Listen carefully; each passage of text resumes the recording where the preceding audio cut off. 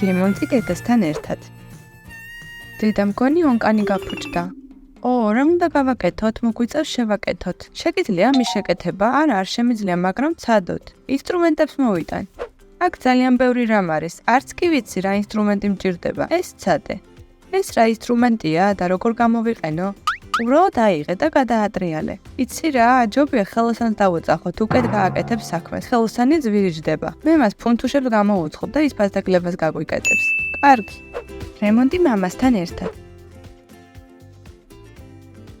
მამა, როგორ ჩანს ონკანი გაგვიფუჭდა, ხელოსანი უნდა გამოვიძახოთ. რატომ დავხარჯო ფული ხელოსანზე? მე თვითონ გავაკეთებ ყველაფერს. წადე ჩემი ინსტრუმენტები მოიტანე. აჰა, შენი ინსტრუმენტები. ახლა მე წავალ და კონსოლზე ვითამაშებ. მოიცადე, დამეხმარე. მაგრამ მე არ ვიცი. მაშინ ფანარი დამიჭირე.